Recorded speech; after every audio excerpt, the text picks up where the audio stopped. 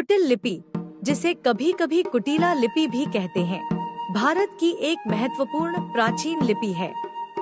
यह ब्राह्मी लिपि से विकसित हुई और विशेष रूप से उत्तर पश्चिमी क्षेत्रों में प्रचलित थी। इसका नाम इसकी वक्राकार और जटिल लेखन शैली के कारण पड़ा। कुटिल लिपि का विकास तीसरी-चौथी शताब्दी ईस्वी के आसपास ब्राह्मी लिपि की पश्चिमी शाखा से हुआ। यह गुप्त लिपि से काफी मिलती जुलती थी। इसे शारदा, सिद्धमातृका और टाकरी जैसी कई महत्वपूर्ण लिपियों की जननी माना जाता है।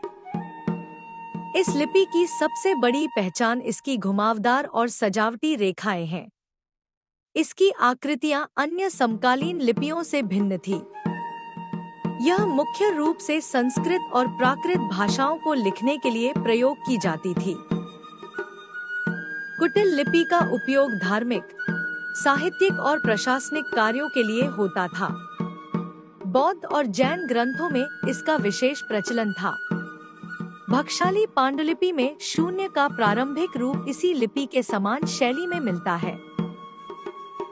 कुटिल लिपि ने शारदा और टाकरी जैसी क्षेत्रीय लिपियों को जन्म दिया। इसका प्रभाव केवल भारत तक सीमित नहीं रहा। तिब्बती लिपि के विकास में भी इसका महत्वपूर्ण योगदान माना जाता है। इसका प्रसार मध्य एशिया तक हुआ। 8वीं-9वीं शताब्दी के बाद कुटिल लिपि का प्रयोग धीरे धीरे कम होने लगा।